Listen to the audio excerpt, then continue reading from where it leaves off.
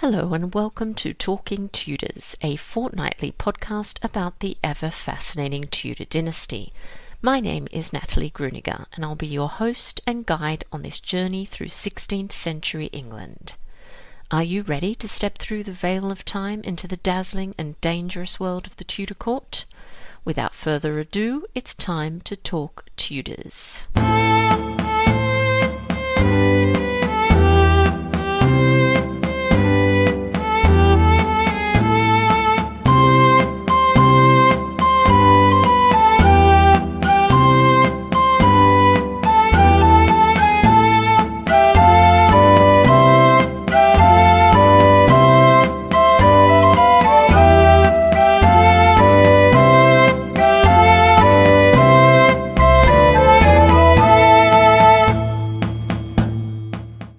Hello everyone, welcome back to another episode of Talking Tudors. I'm your host, Natalie Grueninger. Thank you so much for joining me today. I'd like to begin by thanking the sponsor of today's episode, Sandra Bird, author of the Tudor Ladies in Waiting series. A rich alchemy of fact and fiction, these critically acclaimed books chronicle the glittering court lives of three queens and their closest friends and companions. The novels brim with heartwarming and heartbreaking circumstances and heroines who choose lives worth risking all. Book 1, To Die For, follows Queen Anne Boleyn through the viewpoint of Margaret Wyatt. Library Journal awarded it a Best Books of the Year pick and said the novel brings history to life in exquisite detail. Book 2, The Secret Keeper, uncovers love and betrayal in the life of Catherine Parr. Library Journal calls this book atmospheric, full of twists, and a must-read for Tudor fiction fans.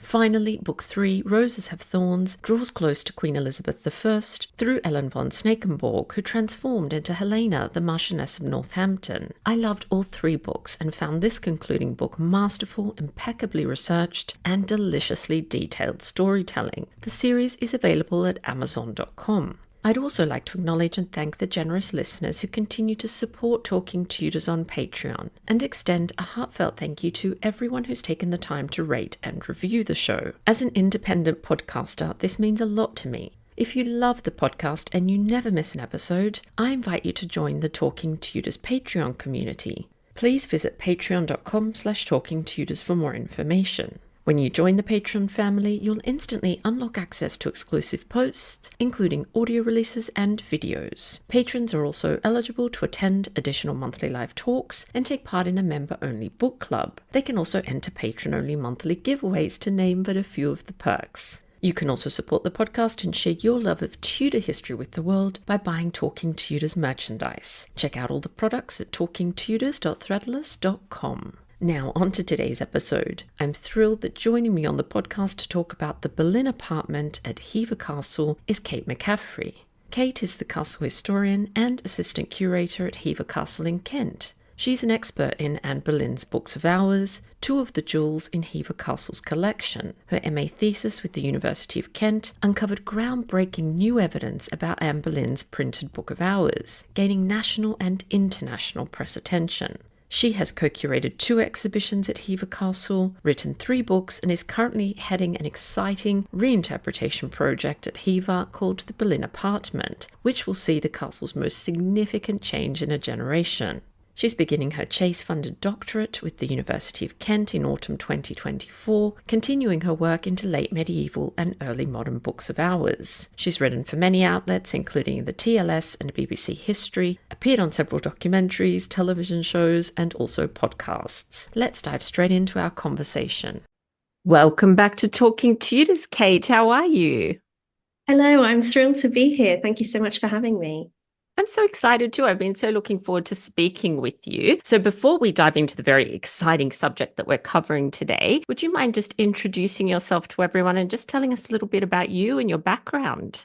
Absolutely. So my name is Kate McCaffrey. I am the castle historian and assistant curator at the beautiful Hever Castle in Kent, which was Anne Boleyn's childhood home. I completed my MA a couple of years ago at the University of Kent, where I focused on Anne Boleyn's Book of Hours, her printed Book of Hours, and I uncovered all sorts of exciting information about that, which we recorded a podcast on a few years ago. And I'm about to start my doctorate this autumn to kind of continue my work with women and their books of hours. So Yes, lots of exciting things coming up. That is so exciting. And yes, I do encourage everyone to have a listen to that other episode about the books of hours, which is, such a fascinating subject. And I'm so excited to hear that you're continuing your research and your work in that area. I look forward to following the journey, that's for sure. Thank you. Can't wait to share it. Now, today we're here to actually talk about something a little bit different, still on the subject of Hever Castle and the Boleyns, but we're talking about the Boleyn Apartment. So tell us about this incredible space at Hever.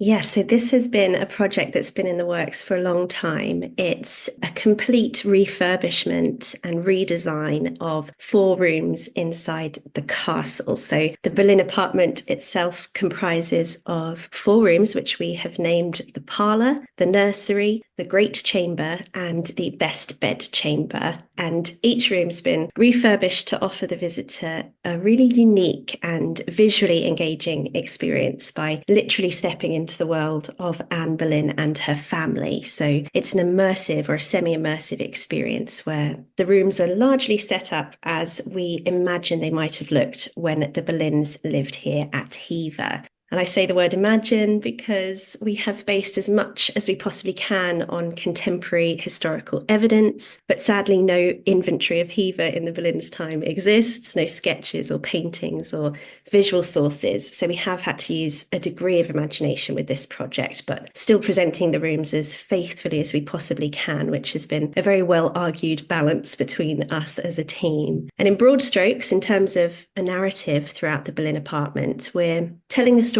of the Boleyns' rise to power from Geoffrey Boleyn and his rather modest upbringing in Norfolk, and then his purchase of Hever Castle, through to his great-granddaughter Anne Boleyn becoming the Queen-in-Waiting in the late 1520s. So the rooms themselves are furnished to chart Anne Boleyn's journey alongside her family, which we start specifically with Thomas and Elizabeth's move to Hever in around 1505, and then we end with Anne accepting the king's proposal of marriage in 1527. So just over a 20-year period where the fortunes of this family change astronomically, and so much of that rise and those key events happened in and around Hever Castle. So the centrality of Hever is really key to our project, really emphasising the significance of the castle as a Boleyn residence more than ever before.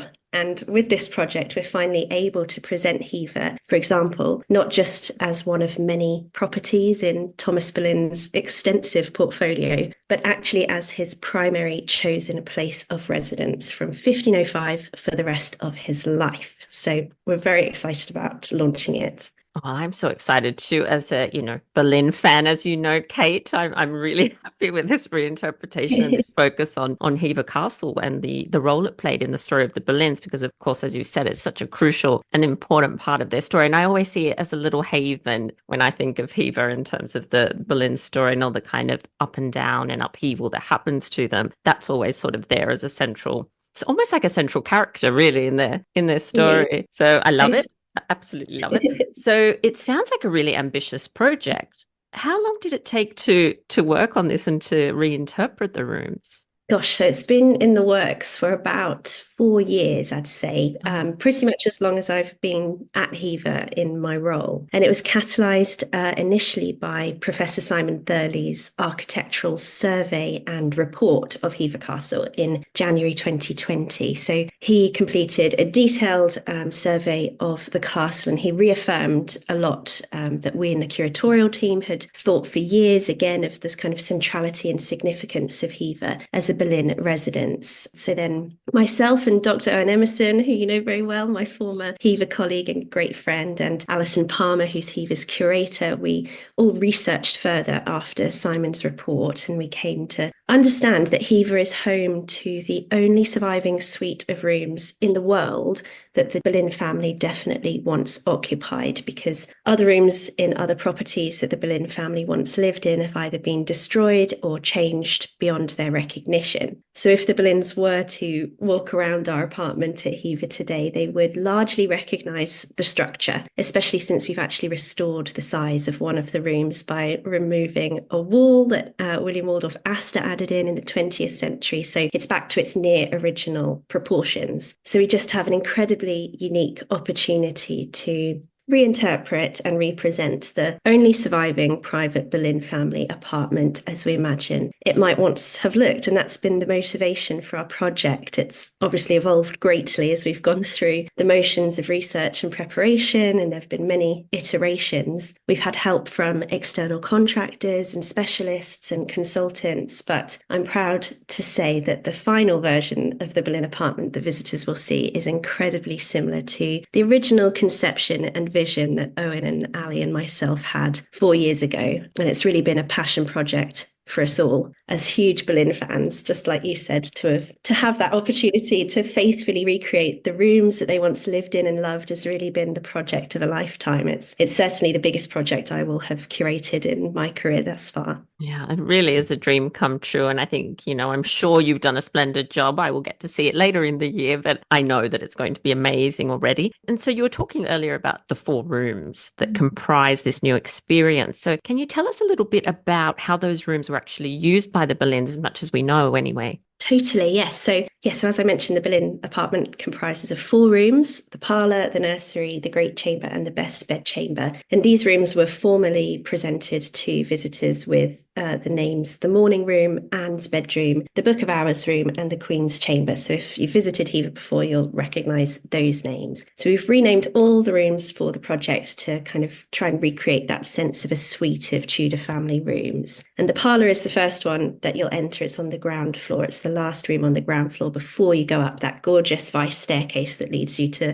traditionally Anne's bedroom. And the parlour is a really lovely example of early Boleyn work that was done in the castle. Hever was obviously already an old house when the Boleyns acquired it, but Geoffrey Boleyn immediately began modernising the property, and one of the things that he did was partition this room off from the Great Hall. So it used to be part of the medieval Great Hall, and he did that to create a separate dining room, essentially, where the family could eat in private. It was typical as well of this late medieval fashion of replacing large communal rooms with smaller private chambers. So the parlour was an extra space that servants or guests had to pass through to reach the family apartment upstairs. And parlour comes from the word parler, the French verb, which is to speak or to talk or converse. So that was also a key function of this room. And parlours often became female spaces for women to talk and gather. And in Thomas and Elizabeth Boleyn's time, they added the vice spiral staircase, which gives direct access to the rest of the family rooms, which, as was typical for the time, were on the first floor. And we also have an old example of a garderobe, which is behind panelling at the moment, but that's what it would have been in the corner of the room, and that would have discharged directly into the moat. And then when you go up the stairs, the next room is the nursery. And it has a long tradition, this room, of dating back to the 17th century, of being called Anne Boleyn's bedroom. Although we sadly have no concrete evidence that this definitely was her childhood room, but it is the most likely room out of the suite of rooms to have been used to house the children when they were young. Hence our decision to keep the childhood bedroom tradition and repurpose the room as a nursery, so for all the children, because this is likely the room where Anne and Mary would have shared a bed, where George would have been nursed in a cradle while he was still a baby before he moved into a room of his own as the male heir, and of course where perhaps the 2 other Boleyn children, Thomas Jr. and Henry, who sadly died in infancy, where they may have played and slept with their siblings too. I mean, depending on when you agree Anne's birth date was, she was around 4 years old when she moved to Hever. Mary was probably a little older and George was still very young, still a baby. And upper-class Tudor parents like Thomas and Elizabeth weren't involved much in the day-to-day upbringing of their offspring. So the children would have spent their early years in nurseries like this one that we're presenting, looked after by servants of their own, with a wet nurse, and later then governesses who would have turned the nursery into a schoolroom. So we really want to try and recreate that feeling of young and carefree Boleyn children running around in this space. So it's a really lovely, lovely room. And then next we have the Great Chamber. And this is at the very heart of the Boleyn family apartment. And I don't think I'm supposed to have favourites, but if I had to pick one, I think this is going to be my favourite. It was a really multifunctional space for the family. It's where they would have entertained, conversed, accommodated guests, and also occasionally dined. And it was also a space to decorate with items of personal significance to the family. I think I've had the most fun with the decoration in this room. We have an incredible painted frieze around the top of the room, which shows royal and Boleyn heraldic symbols. And the ceiling is painted in blue and gold, which will have an amazing visual impact when you walk in. And that's painted to emulate a very specific contemporary description by Sir Edward Wotton, who actually officiated Anne Boleyn's coronation. And in 1528, his manor near Maidstone in Kent was described as having a reddish brown gold ribbing and blue background ceiling. So that's what we've been inspired by with this room. And this space is where Elizabeth Boleyn might have tended to household accounts, where George might have written poetry and Mary played the lute, and where Anne might have been reading reformist religious texts imported from the continent, and where Thomas corresponded with his master, Cardinal Thomas Wolsey, and where those crucial conversations that really changed the future of England occurred. And then finally, in the best bedchamber, this room is pretty much as it sounds. It was the highest status bedroom in the family apartment. So this was likely where Thomas and Elizabeth Boleyn slept whilst their young children were in the nursery. But later, when Anne Boleyn returned to Hever as an adult to escape the heat of court during those scandalous years of her relationship with King Henry VIII, this is likely where she slept. And it's also likely where she stayed and recovered when she was at Hever with the sweating sickness in the summer of 1528. And very excitingly, this room, alongside a bathroom adjoining the room, which is open on our hidden Hever tours, it's currently dressed as a very bright 1980s pink monstrosity or magnificence, depending on your reaction, bathroom that was created for Lady Irene Astor. But in the Tudor times, it would have been a closet. So that this room and the bedroom are most likely where Anne would have read and replied to Henry's scandalous love letters, which were sent to Hever, because this is the most private part of the castle. You have to walk through at least 3 of the private family rooms before you reach this space. So it's the furthest away from servants who can gossip. So again, it's just really evocative to see these rooms recreated to reflect the events of the time and imagine these incredible history-changing moments that took place in the very same spaces. Oh, I love it so much. I'm just, my face hurts from smiling so much as you've been talking. I love it. And I think it's these details that do bring these people to life, don't they? And I love the idea of the nursery because, of course, I'm just trying to think of any other location where you get a real sense of the Boleyn children. And it's difficult. I think Hever's really the only one. We do have Blickling Hall, of course, but it's not the exact house that they would have known. So there's still a level of distance, I suppose, from them. But Hever, there's something special there, isn't there? Because you are in the space where they were just the Boleyns before they were the kind of scandalous family or anything else. You know, that's so lovely to be able to kind of connect with the young children at that point. So I'm so excited about that, Kate. And I love that you were talking about that multi-space, the multi-use of the rooms, because I think sometimes from our perspective, it seems strange that you transform one of your rooms during the day and then, in the evening, it might be something different. But they did use spaces like that, didn't they? They absolutely did. And I think a comment we get a lot at Hever from general visitors is sort of just the remark on how small the castle might seem. But really, it was because they did use the rooms for so many purposes. So there was a kind of quick turnover of function in lots of the rooms. So, for example, even the nursery might once have been changed into a guest bedroom if they had someone staying. Guests might have slept in the great chamber in the evening, whereas in the day it might have been used for accounting and in the evening for dining. So, yeah, there was this kind of almost constant turnover of purpose throughout the rooms, which we really want to try and get across so that you understand. And of course, the idea that living at Hever was somewhat transient in that there was this perpetual moving between properties or moving between court and the continent for Thomas and later Anne as well. So there really was a sense of Hever being a place for them to come back to and to return to. But obviously the furnishings would have been movable as well for the most part. So it's an evolving kind of interior design experience.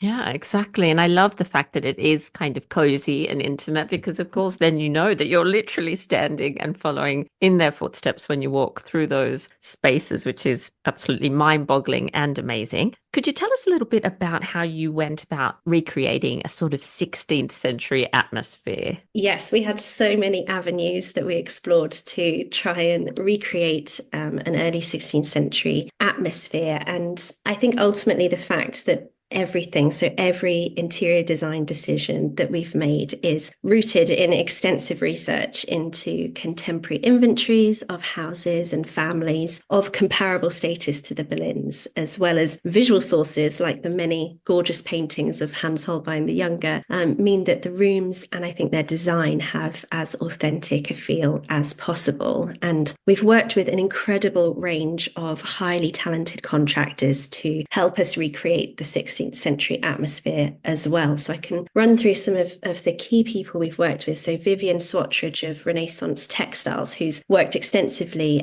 with the Tower of London and Hampton Court and lots of National Trust properties. And she's provided all of the fabric wall hangings that we have in each room, which completely transform the places. I think that's maybe the single most impressive visual change. And she and her team dye and hand stitch the fabrics in authentic Tudor colours, which are so much brighter and more vibrant than I think is often allowed for in popular culture. And they hang them to cover the panelling. So almost all of our panelling is covered in gorgeous coloured fabrics. And all the colours we chose are the ones most commonly found in inventories. So we have a lot of green. There's also blue and yellow and red. And this kind of fabric would have been very expensive, but we kind of show throughout the apartment different options of wall hanging. Downstairs in the parlour, we have a painted cloth, which is the sort of cheaper version of a tapestry or a damask. It was stained or painted and hung up to kind of recreate that tapestry feeling. Then we have plain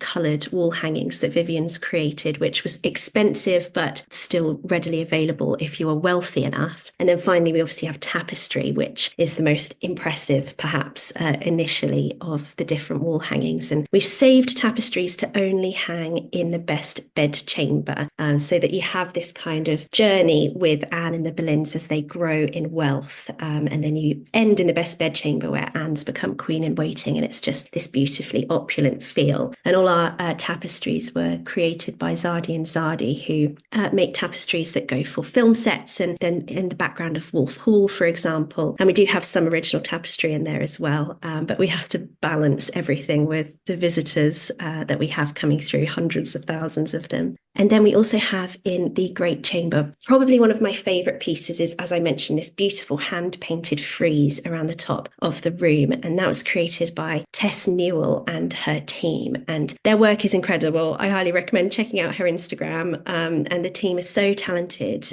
They've been a dream to work with, and to see the painting occur very recently and our vision coming to life is actually quite emotional. So we've chosen Tudor roses, Catherine of Aragon's pomegranate, and of course the butler/Boleyn falcon in the frieze. And the frieze itself is inspired by lots of surviving examples like those at Iron Acton, Fell Place, even the Wolsey Closet at Hampton Court. There's one at Ormond Castle and others. And just down the road from us at Hever at Ighton Moat, they have a gorgeous early 16th century painted ceiling. So we've been inspired by those colours that they've used. And another key part of the atmosphere is actually our flooring. We've chosen to cover all the wooden floorboards, which are not original, with rush matting from Rush Matters, the company. And they've covered all the floors. And I must say, the smell is just wonderful. It really gives that kind of immersive experience. It's really herby. And I love that it also changes the dynamic of the room from an auditory perspective. Everything is softer. There's no more kind of harsh footsteps on the floorboards. It's a really amazing part, I think, of the redesign. And we've also had painted ceilings, as I've mentioned. We've got new lighting, including kind of faux fire in some of the fireplaces for a cozy feel. And of course, the furniture itself, which was a huge part of our our choosing was all largely sourced from Paul Fitzsimmons of Marham Church Antiques in Devon. And Paul was behind the discovery of the Boleyn Falcon, which is now Hampton Court. And he's incredibly skilled at finding the most beautiful, original, early 16th century furniture and items. And the vast majority of furniture on display in the rooms is original to the late 15th century or early 16th century. So really, we've just tried to kind of create every part of the room, the ceiling, the floors, the walls, the furniture, as much as possible in that 16th century style. And all the kind of props and accessories have been inspired by probably the two paintings we looked at the most were Holbein's The Ambassadors and also the Thomas More's family portrait. But I've never looked at so many paintings in my life and not looked at the people, but looked at the things behind them. It's amazing when you look at them through a new lens and try and look at the background instead of the subject.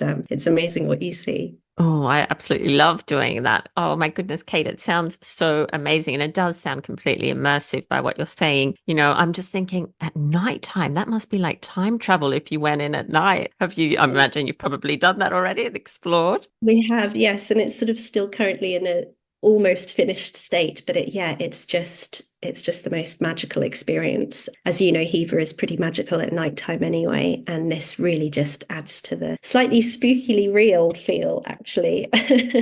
Yeah, it must just feel like the Boleyns, can pop in at any moment. I love it. Absolutely love it. So you've obviously talked about all the, really positive things about this project, but I imagine that recreating a suite of rooms with a 16th century authentic feel and vibe poses its challenges as well. So what were some of the challenges that you faced along the way? Lots, but none that weren't exhilarating and really quite thought-provoking to overcome. And mainly it was, I think, the initial balance to strike between the contemporary evidence and our modern imagination. But I feel really confident now that each of our decisions is based in contemporary evidence, but displayed with an element of imagination, which I think is the perfect balance. But one of the most practical challenges we had, I suppose, is just considering the practicalities of the everyday visitor. If we're recreating rooms that hundreds of thousands of people weren't going to walk through, the rooms would probably look slightly different. But there's always that balance of the visitor experience with historical accuracy and visual impression, and also accessibility is important to us. So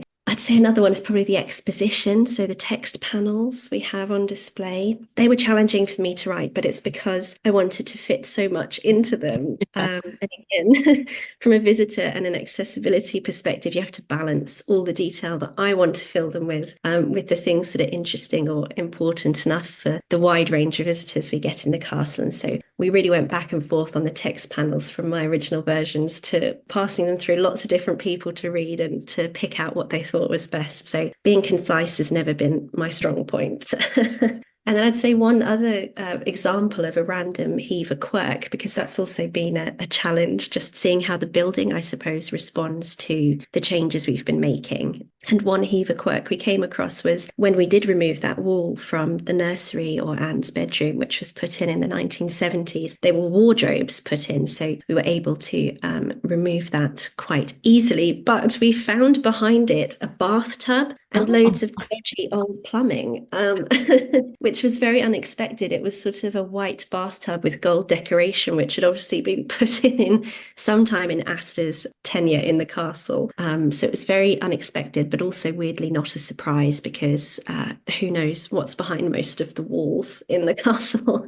So we've had that carefully removed now. But yes, this project has thrown up, as all big projects do, they throw up lots of different things along the way, but we're finally seeing it all come together now, which is very exciting. That is exciting. And especially with ancient houses, even when they're not so ancient, just an old house that you're renovating, you often find there are surprises waiting for you. So that's amazing. So funny about the bathtub. Who would have thought there would have been one? I know, we had a feeling there might have been some kind of bathroom there at some point, but we weren't expecting a full-on bathtub ready to just get into. I think the plumbing still worked and everything, so it was a surprise. Amazing.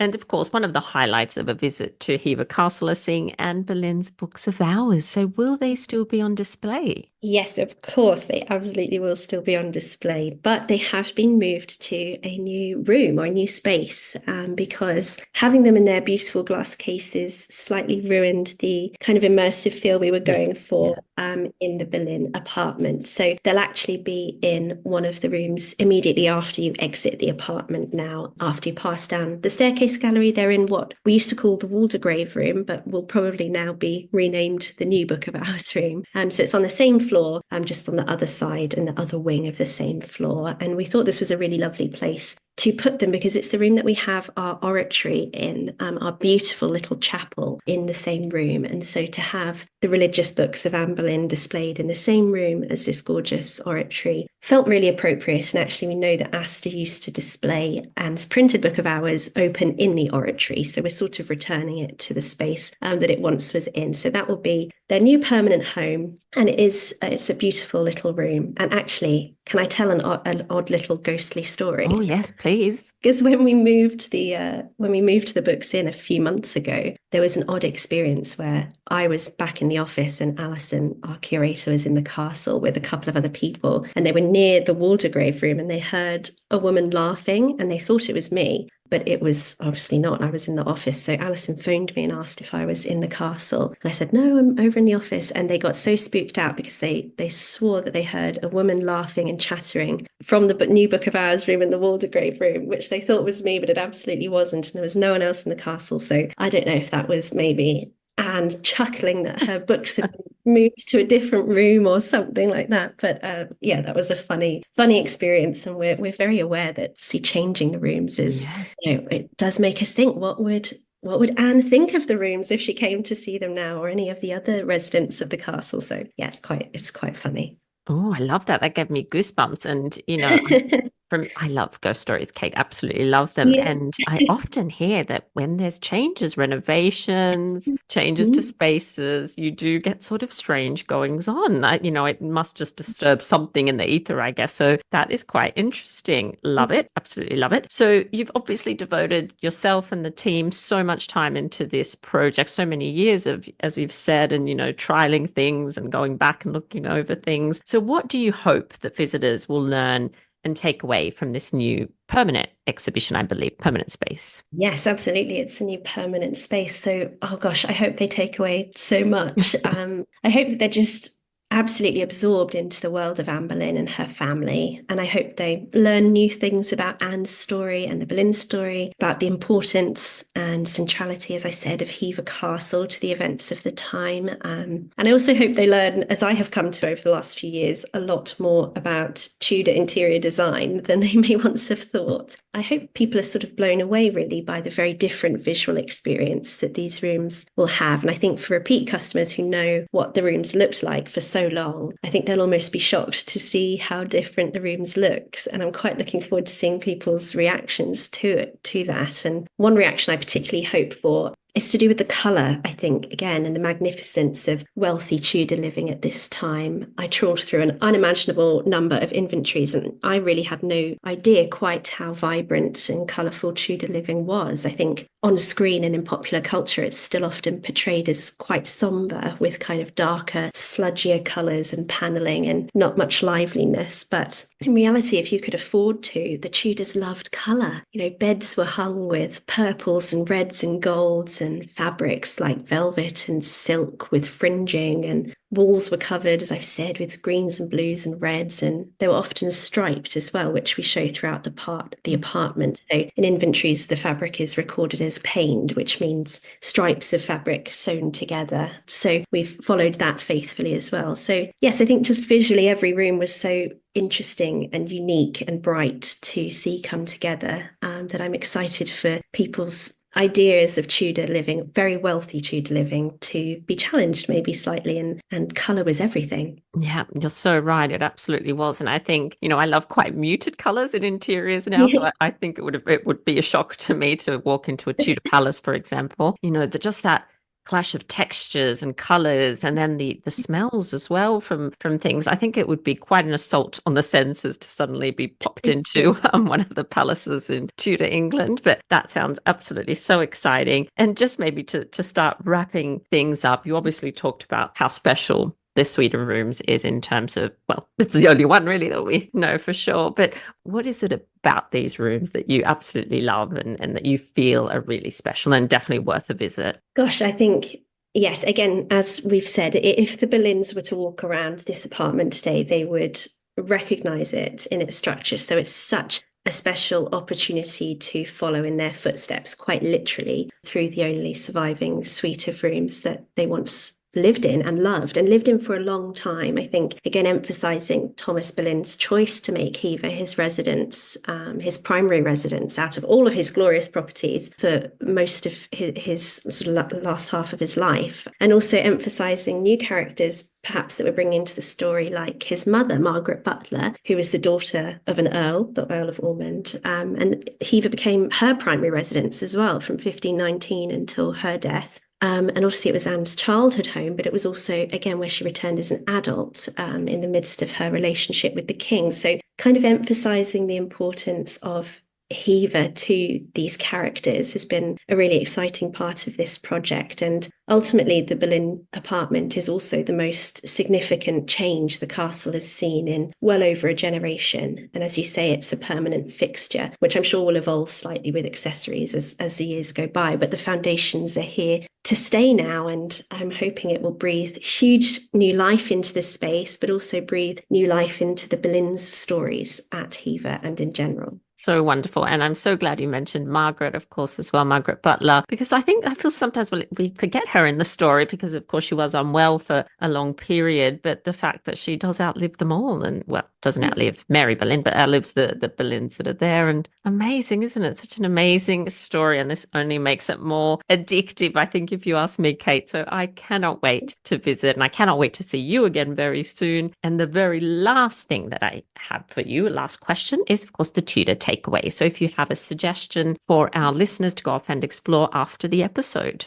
Yes, so very related to what we've been talking about. I was going to recommend specifically a book, but all the work by Professor Maurice Howard, but specifically his book, The Early Tudor Country House, Architecture and Politics, 1490 to 1550. And this really was a bit of a Bible to me during this project. It's an incredible account of lots of different inventories from that time period that can make up an early Tudor country house, which is, of course, what Hever is. And if anyone's interested in reading a little bit more about what we've been talking about, that is the book I would recommend you start with. Oh, that sounds wonderful. I feel another book purchase coming on. I don't know why. Actually, I better check my shelves because I do have a couple of those books about the early country houses. So you never know, it could be on there.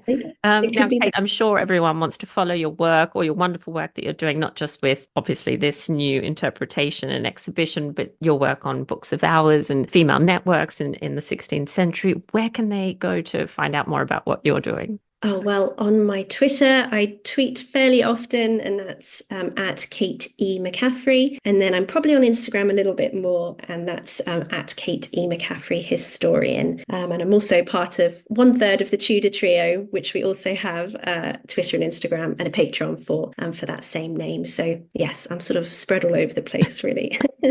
Beautiful. I'm a huge fan of the Tudor Trio. Love them. Thank you so much for taking the time to come and chat with us. I imagine this is a really busy time for you. So I really appreciate you coming on the podcast and talking to us about the amazing Boleyn Apartment. Thank you so much for having me. I've had great fun as always.